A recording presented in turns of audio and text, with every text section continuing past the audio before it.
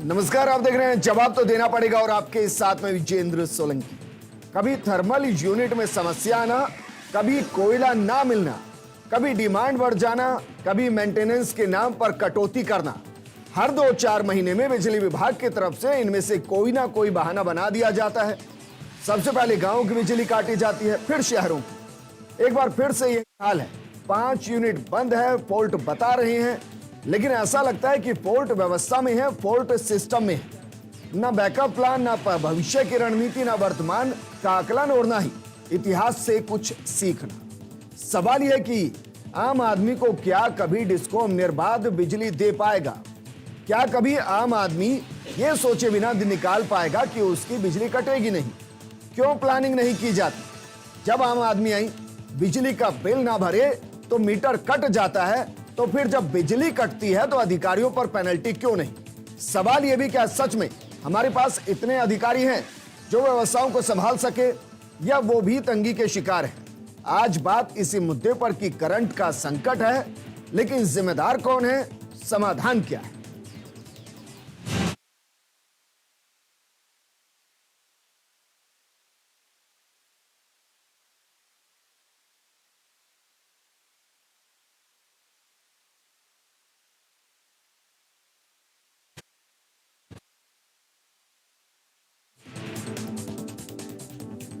सबसे पहले तेजी से आपको राजस्थान की वर्तमान स्थिति को समझाते हैं कि कितनी यूनिट काम कर रही है, कितनी बंद, कितनी एनर्जी का लॉस हमें हो रहा है। 5 सुपर क्रिटिकल विद्युत इकाइयों में उत्पादन इस वक्त बंद पड़ा है और सारी सुपर क्रिटिकल विद्युत इकाइयां हैं। सूरतगढ़ की 1570 मेगावाट की 3 इकाइयों में उत्पादन ठप पड़ा है, यानी कि लगभग मानिए 4500 मेगावाट बंद है। 660 मेगावाट की सूरतगढ़ सुपर क्रिटिकल की 2 इकाइयां बंद है। यहां पर भी 1320 मेगावाट की इकाइयां बंद पड़ी हैं और इसकी वजह से राजस्थान में संकट गहरा रहा है। छबड़ा की 2 इकाई में बॉयलर फीड लीकेज से 900 यूनिट उत्पादन प्रभावित है। इस वक्त खस्ता हाल अडानी पावर की 1370 मेगावाट की इकाइयों में उत्पादन बंद पड़ा हुआ है। जरा सोचिए, जो बड़ी बड़ी उत्पादन इकाइयां वो इस वक्त संकट के दौर से गुजर रही हैं। 3 सितंबर तक उत्पादन निगम 1320 मेगावाट क्षमता शुरू करने के प्रयास में, यानी कि कल तक शुरू करेगा। ऊर्जा विभाग निगम विद्युत संकट का आकलन करने में पूरी तरीके से फेल रहा और उसका खामियाजा आम आदमी को भुगतना पड़ रहा है, गांव के लोगों को भुगतना पड़ रहा है, ग्रामीण के साथ साथ किसानों को भुगतना पड़ रहा है। प्रदेश के अधिकतर इलाकों में अगले 24 घंटे अंधेरा रह सकता है। यहां अंधेरे का मतलब ब्लैकआउट नहीं है, लेकिन हां, मानकर चलिए लंबे वक्त तक बिजली जा सकती है। औद्योगिक, कमर्शियल, कृषि और घरेलू सप्लाई पर असर पड़ेगा, बुरा असर पड़ेगा, और यह अगले 24 घंटे की बात हम आपके सामने रख रहे हैं। लेकिन इससे इतर भी एक आंकड़ा है। राजस्थान में बायोमास एनर्जी की बात करें तो हम टॉप 10 में हैं, विंड एनर्जी में टॉप 5 में हैं, रिन्यूएबल एनर्जी में हम टॉप 3 में हैं।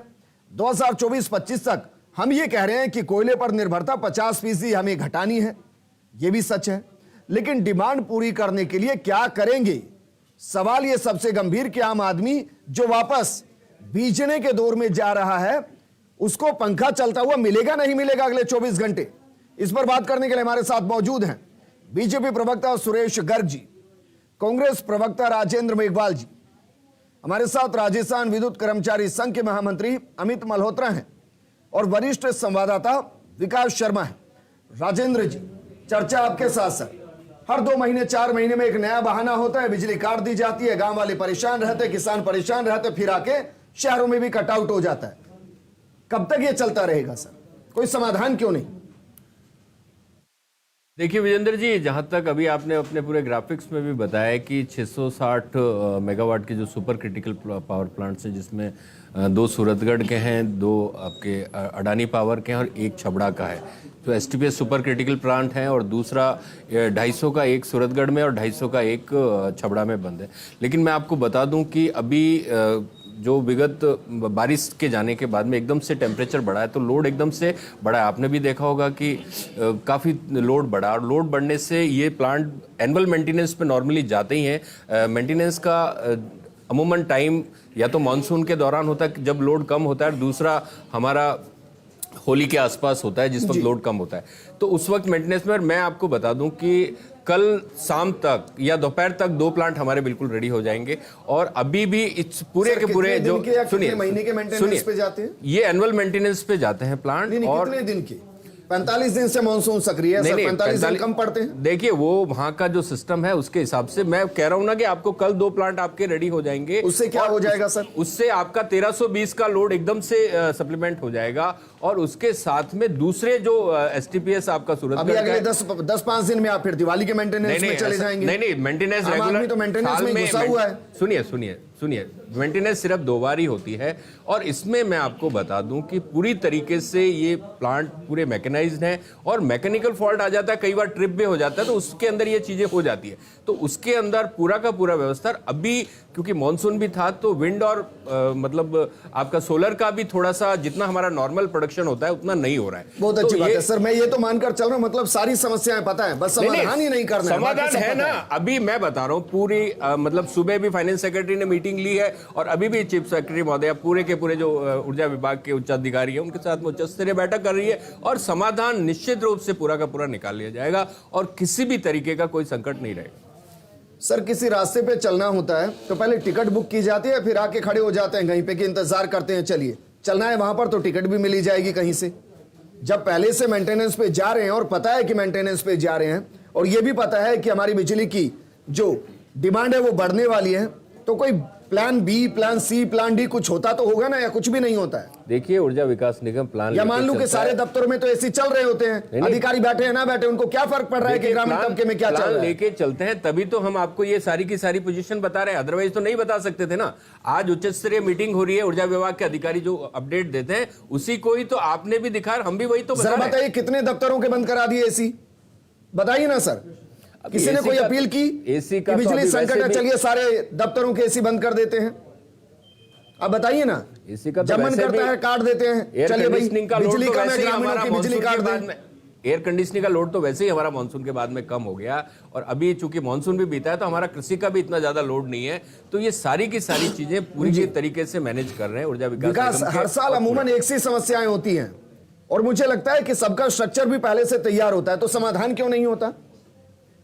अगर समाधान की बात करें, समस्या की बात करें, अगर अभी बात करते हैं तो ये टेम्परेरी संकट आया है जो अभी पिछले 2 या 3 दिन के अंदर रहेगा। लेकिन अगर बात करते हैं पूरे साल भर की, तो बिजली कंपनियां अपने जो वादे हैं, जो कहते हैं सरप्लस बिजली की राजस्थान की जो स्थिति है वो कहीं पर भी दिखती नहीं है। आपने कही कि साल में 2 बार मेंटेनेंस होती है, 2 बार मेंटेनेंस के बावजूद भी उपभोक्ताओं को बार बार बिजली कटौती का सामना करना पड़ रहा है। उसके पीछे कारण भाई आपने बताया कि स्टाफ की शॉर्टेज, स्टाफ के अलावा ओएनडम पैटर्न जो बना हुआ है, उस ओएनडम पैटर्न की वजह से जो ओवरलोड बिजली दफ्तर है उन पे लोड है, उसकी वजह से बिजली कटौती का सामना करना पड़ रहा है क्योंकि उनकी ग्रीवेंस जो है वो टाइम पे सॉल्व नहीं हो पाती। मेंटेनेंस जो काम होता है, करोड़ों रुपए खर्च किया था मेंटेनेंस में, लेकिन उसका धरातल पर जो काम होना चाहिए वो काम नहीं हो पाती। इसके चलते आए दिन बिजली कटौती सामना करना पड़ता है। उस बीच में इस तरह के संकट आते हैं जो भी बिजली कटौती, मतलब आमतौर पर उपभोक्ताओं को साल भर में कई बार बिजली कटौती का सामना करना पड़ता है। जो ये कटौती का सामना करना पड़ रहा है यही उसकी पीड़ा है कि जब वो पूरा भुगतान करता है, पूरा बिल देता है और बिल में फिक्स चार्ज जुड़ के आता है, पूरा महीने भर का फिक्स चार्ज इस बात से जुड़ के आता है कि उसने पूरे महीने भर बिजली उपयोग की है, इस बेस पे उसका फिक्स चार्ज जुड़ के आता है। लेकिन उसमें यह नहीं कहा जाता कि उसकी कितने घंटे बिजली कटौती की गई, उस हिसाब से उसका फिक्स चार्ज कम किया जाए, ये कहीं भी प्रावधान नहीं है। इसके अलावा बात करें डिमांड की, तो हालांकि मानते हैं इस वक्त की पिछले अगर 1 सप्ताह की बात करें तो अचानक डिमांड जो है बिल्कुल बदल गई है, राजस्थान की स्थितियां बिल्कुल बिगड़ गई है। 24 अगस्त की बात करते हैं तो राजस्थान सरप्लस बिजली की स्थिति में था, बिजली एक्सचेंज में बेची जा रही थी, लेकिन 30 अगस्त आते आते बिल्कुल स्थितियां विकट हो गई। उसका कारण यही है कि पिछले 7 दिन के अंदर बरसात कम हुई है, जिसकी वजह से एकाएक बिजली का लोड जो है 1/4 बढ़ गया है, जहां पर 2000 lakh unit per day. Rajasthan में तो बरसात 70 साल का रिकॉर्ड तोड़ रही है और ये भी सबको पता होगा कि अगस्त के बाद दिसंबर तो आएगा नहीं, आएगा तो सितंबर ही, और सितंबर आएगा तो सर्दी ऐसी तो पड़नी नहीं कि स्वेटर पहने हम लोग।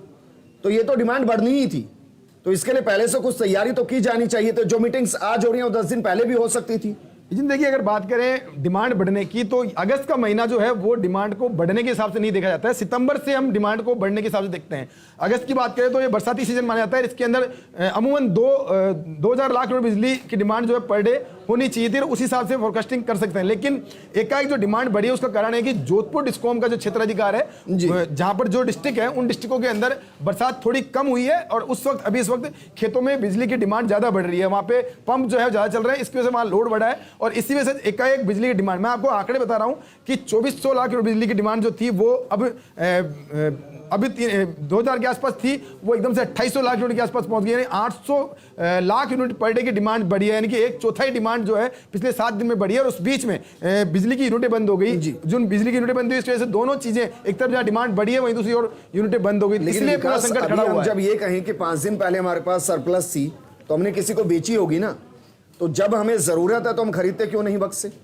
अभी जिंदर बिजली खरीदने की बात है तो जो बिजली बेची जाती है वो एक्सचेंज पे बेची जाती है। एक्सचेंज का मतलब जहां पर बिजली की जो फ्रीक्वेंसी है उस फ्रीक्वेंसी के बेस पे बिजली मिलती है, वहां की उपलब्धता के आधार पर बिजली खरीदी और बेचा जाता है। हम बात करें कल की, तो कल रात की मैंने अपडेट ली, तकरीबन 10 बजे पीक आवर्स के अंदर राजस्थान डिस्कॉम ने 12 रुपए से 13 रुपए यूनिट तक का भाग लगाया, लेकिन उसके बावजूद भी उनको पर्याप्त मात्रा में बिजली नहीं मिल पाई, इसलिए देर रात तक जबरदस्त बिजली कटौती पूरे राजस्थान में की गई है। आज की बात करें तो आज भी वही स्थिति है, एक्सचेंज में बिजली पीक टाइम पे नहीं मिल पा रही, क्योंकि हम बात करें बिजली की परचेजिंग है 96 ब्लॉक के अंदर पूरे दिन भर में होती है, और 15 मिनट का ब्लॉक जो होता है उसके अंदर बिजली की परचेज होती है। अगर उस 15 मिनट के ब्लॉक के अंदर बिजली उपलब्ध है तो आपको बिजली मिल जाएगी, और उसमें जितनी फ्रीक्वेंसी है उस रेट पे बिजली मिलेगी। तो पीक आवर्स में जब हम बिजली परचेज की बात करते हैं तो वहां पर फ्रीक्वेंसी डाउन रहती है, और उस वक्त बिजली की रेट बहुत हाई रहती है, और उसमें भी लिमिटेड बिजली उपलब्ध हो पाती है। यही वो वजह है कि पीक टाइम पे बिजली कटौती करना एक स्थिति बन गई है। लेकिन सबसे बड़ी बात यह है कि इस वक्त 2 दिन से संकट है, लेकिन ऊर्जा विभाग की तरफ से कोई ये पहल नहीं की गई है जनता, क्योंकि बिजली को लेकर के लोगों में जागरूकता की हमेशा कमी रहती है। उनका कहना यह है कि हम बिजली हमारा अधिकार है, हमको मिलना चाहिए। हालांकि वो बिजली पे करते हैं, बिजली का पैसा पे करते हैं, तो उनका कहना भी वाजिब है। लेकिन अगर ऐसी स्थिति है तो किसी जिम्मेदार को अपील करनी चाहिए थी, अपील करके कहना चाहिए था कि इस वक्त संकट है और ये टेम्पररी संकट है, 2-4 दिन आप लोगों को समझना चाहिए, अपनी जरूरतें जो है वो लिमिटेड की जानी चाहिए। लेकिन ऐसा ऊर्जा विभाग की तरफ से किसी भी अधिकारी कह सकते हैं का असर भी पड़ता है, हमने ये भी देखा है। बिल्कुल, आप देखिए अगर इस तरह की अपील की जाती है तो लोग समझते हैं इस बात को, लोग समझते हैं, लोग जागरूक होते हैं कि वास्तव में बिजली संकट है और उनको इसका समाधान जब तक नहीं हो तब तक बिजली का उपयोग करना चाहिए। लेकिन उसके बावजूद ऊर्जा विभाग की तरफ से ऐसी कोई पहल नहीं की वजह से आज भी स्थिति वही संकट की बनी हुई है। अब कल तक सबका इंतजार है, कल तक जब तक यूनिटें नहीं आती, मैं अपडेट और कर दूं कि इसके अंदर छबड़ा की जो सुपर क्रिटिकल है वो लाइट अप अभी कुछ देर पहले करने की तैयारी है, और संभवतः देर शाम तक छबड़ा की यूनिट आ जाएगी, कल तक सूरतगढ़ भी आ जाएगी। लेकिन सवाल ये है कि जो जिम्मेदार लोग हैं, अगर ऐसा संकट बनता है तो छिपाते क्यों है? जब खबर चलती है उसके बाद में ही उसका रिप्लाई क्यों आता है? पब्लिक को चला के बताना चाहिए संकट है, इस वक्त दिक्कतें हैं, पूरे राजस्थान के अंदर दिक्कत है, तो इसको समाधान तक संकट पब्लिक के लिए है ना विकास जी, संकट अधिकारियों के लिए हो। 2 मिनट के लिए बत्ती गुल कर दीजिए, अपने आप समझ में आ जाएगा, लेकिन होती नहीं है ना। वहां आम आदमी के दर्द को समझते कहां है? अमित मल्होत्रा जी, सर क्या वाकई में जिस तरीके की समस्याएं हैं इसका कोई स्थायी समाधान है? आपकी नजर में कोई स्थायी समाधान है? आपको लग रहा है कि एक तो बड़ी कारण यह है कि लोड कर्मचारियों पे बहुत ज्यादा है, उसके लिए भर्ती नहीं हो रही है, इसकी वजह से छिजत को कंट्रोल करना मुश्किल। खेती बाड़ी के जो इलाके हैं वहां 6 घंटे की बिजली दी जाती है, कोई 12 घंटे यूज कर रहा है, कोई 14 घंटे यूज कर रहा है, वो एक बड़ी समस्या, या कुछ और आपको दिखाई देता है? देखिए विजेंद्र जी, इस बारे में मैं आपको कहना चाहूँगा कि जब आपने बात कही कि भाई भर्ती एक बड़ी समस्या हो सकती है, तो बिजली संकट एक अलग बात है। बिजली संकट तकनीकी वजह से हो सकता है, कोयले की कमी की वजह से हो सकता है, लेकिन सबसे बड़ी समस्या जो आपने विकास जी ने पॉइंट आउट की कि भर्ती होनी चाहिए और कर्मचारी जितने उपभोक्ता है उसकी संख्या में बहुत कम है जी। तो आप आज जब बात करें कि तकनीकी गड़बड़ की वजह से बिजली कम है या बिजली चली गई, कोई आपकी उत्पादन की यूनिटें कम हो गई, पर इसका असर सबसे पहले दिखाई देता है तो आपके जीएसएस पे दिखाई देता है। क्यों? वहाँ पे नेता आ जाते हैं, वहाँ जनता आ जाती है, उनका आक्रोश सबसे पहले जो है वो सबसे छोटे कैडर के आदमी के ऊपर फूटता है। आज यदि हमारे पास में पर्याप्त संख्या में कर्मचारी हो तो वो हमको जनता को अधिक सुविधा देने के लिए सक्षम हो सकते हैं। लेकिन होता क्या है कि नेता भी सबसे पहले नीचे जीएसएस पे धरना देते हैं, मतलब वो मैसेज जनता को भी ये देना चाहते हैं कि नीचे जीएसएस पे जाके ना आप धरना दीजिए तब जाके बिजली आएगी, जबकि कारण ये नहीं है। कारण ये है कि उत्पादन की इकाइयां बंद हो गई। भले ही तकनीकी वजह हो, कोयले के संकट हो, वो मानते हैं, लेकिन आज यदि हमारे उपभोक्ता मान लीजिए 1 करोड़ है तो उसके आधार पर कितने कर्मचारी होने चाहिए वो कभी प्रशासन ने ध्यान नहीं दिया। हम भी बार बार धरना प्रदर्शन करते हैं या प्रशासन को पत्र लिख के बताते हैं कि हमारे यहाँ पर बिजली 5 निगमों में तीन अपने डिस्कॉम है, तीनों डिस्कॉम में जितने कर्मचारी होने चाहिए उतने नहीं है, हमारा ध्यान ही नहीं है उस तरफ। आज मैं आपको बात करूं, जैसे जयपुर में हम यहाँ बैठे हैं आपके स्टूडियो में, तो जयपुर में मानसरोवर उपखंड ले लीजिए, झोटवाड़ा ले लीजिए, स्थिति यह है कि 70 हजार कंज्यूमर है और एक सब डिवीजन, 3 उपखंड होने चाहिए लेकिन एक उपखंड में काम चल रहा है। तो क्या प्रशासन को दिखाई नहीं देता? क्या सरकार का ध्यान इस तरफ नहीं है? इस बात की ओर ध्यान यदि नहीं जाएगा तो जनता हमेशा त्रस्त रहेगी, उसको उचित सेवा नहीं मिल पाएगी। लेकिन दुख की बात यह है कि इन भले ही नेशनल इशू हो, स्टेट का इशू हो, पर जो आम जनता का गुस्सा फूटता है वो एक छोटे तबके के कर्मचारी के ऊपर फूटता है, जो बहुत गलत है। सर समस्या तो है ना कि जो मुसीबत है वो भी तो आम आदमी ही वसूल रहा है। कोई ऐसा थोड़ी ना कि बड़े बड़े अधिकारियों को दिक्कतें हो रही हैं, जो बड़े जाके मंत्री को कहे कुछ, उनकी जहां तक पहुंचे वहां तक वो पहुंच जाते हैं बेचारे।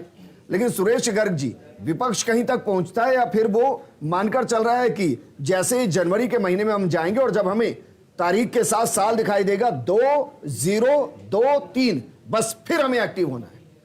देखिए सोलंकी जी, ये जो सरकार है वो भ्रष्टाचारी, निकम्मी और नकारा सरकार है। आप किसी भी पैरामीटर्स पे देख लीजिए, ये राजस्थान की सरकार जनता को कोई भी सुविधा दे नहीं पाई है। बिजली का इतना बड़ा संकट है, क्या इनको पता नहीं था? इनकी कोऑर्डिनेशन का अभाव इसलिए कि इनके मंत्री को यह बोला जाता है कि रबर स्टांप है। जब मंत्री का अधिकारियों से कोऑर्डिनेशन नहीं होगा, मंत्री ये कहता है कि अधिकारी हमारी सुनवाई नहीं करता, तो कोऑर्डिनेशन होगा ही नहीं।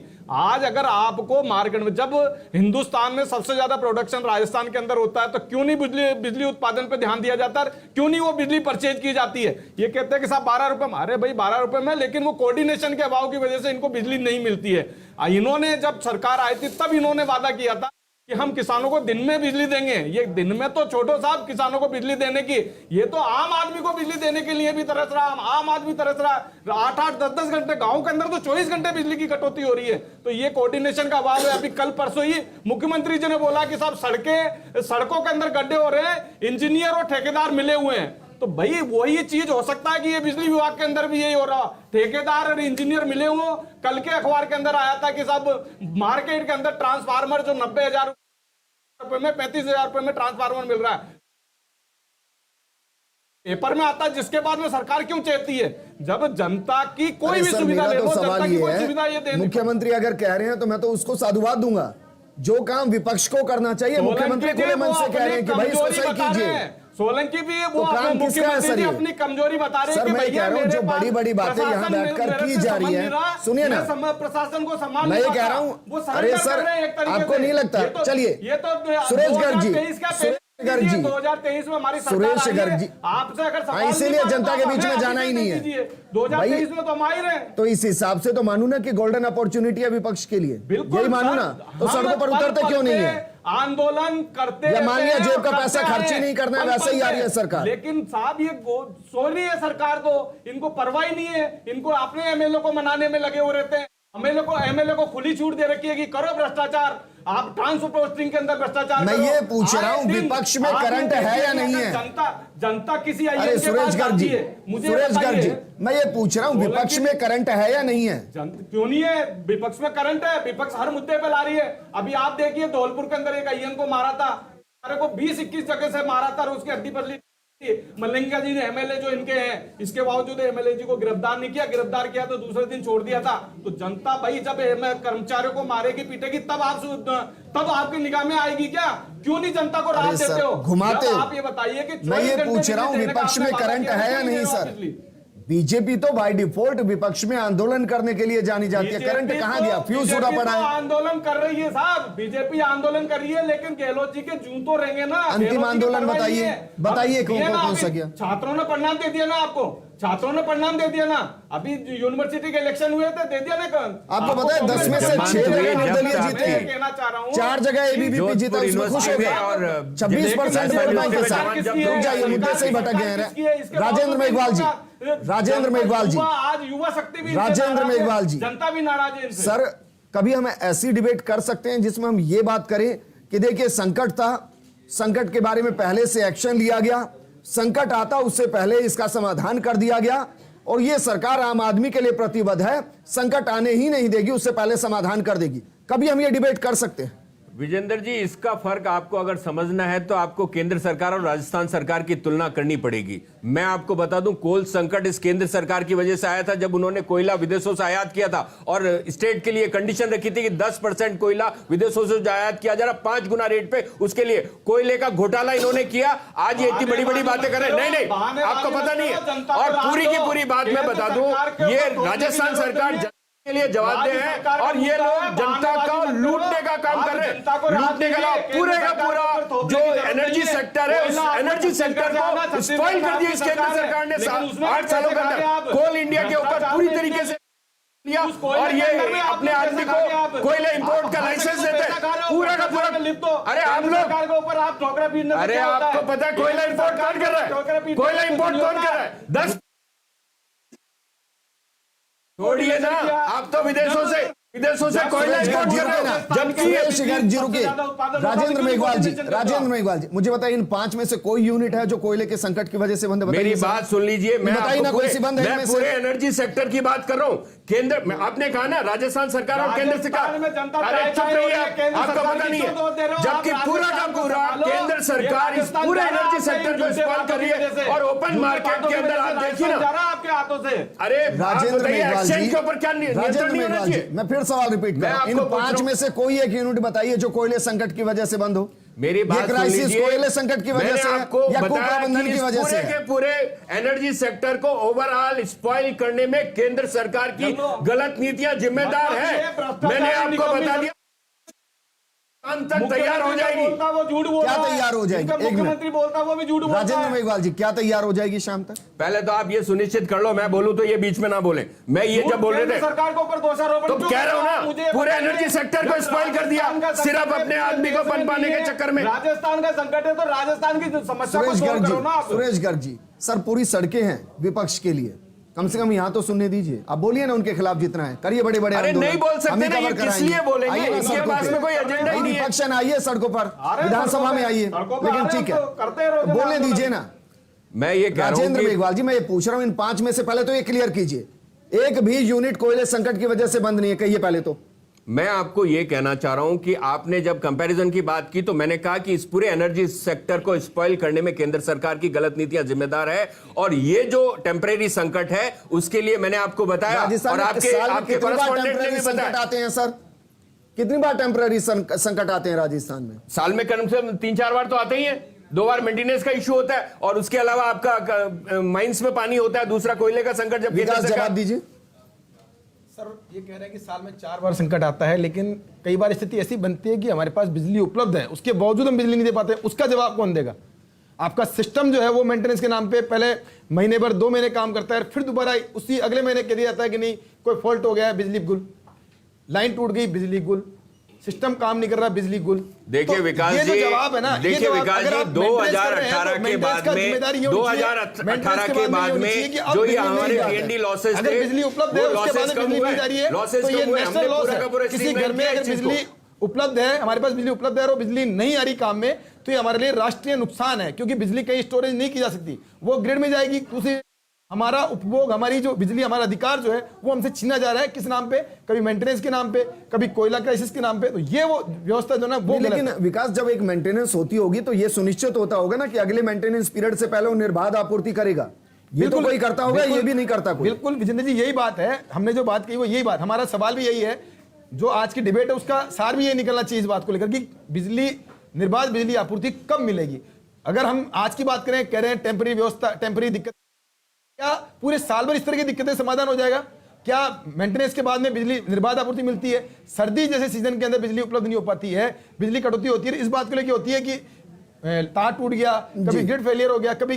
तो ये जो दिक्कतें आ रही है इनका स्थायी समाधान होना चाहिए। इसके लिए अगर फिर आप घंटों इंतजार करते हैं, क्योंकि AEN ही नहीं है, 60-60, 70-70 हजार लोग पे एक AEN है, इसलिए घंटों इंतजार कीजिए फिर। चलिए, शुक्रिया हमारे साथ जुड़ने के लिए। सुरेश जी आपका भी शुक्रिया, राजेंद्र जी आपका भी, और अमित मल्होत्रा जी आपका भी शुक्रिया, विकास आपका भी शुक्रिया। प्रोग्राम का मकसद यह था कि जब एक भारी भरकम बिल आप दे रहे हैं, फिक्स चार्ज आप दे रहे हैं, उसके अलावा कई तरीके के चार्ज दे रहे हैं, तो यह जिम्मेदारी आपकी भी है। आप मांग उठाइए, हमें निर्बाध बिजली की आपूर्ति होनी चाहिए। अगर आप प्रेशर नहीं डालें ना तो फिर ऐसे ही अंधेरे में बैठे रहेंगे, क्योंकि जो उजाले में बैठे हैं उनको आपका अंधेरा ज्यादा खलता नहीं, दिखता नहीं। नमस्कार।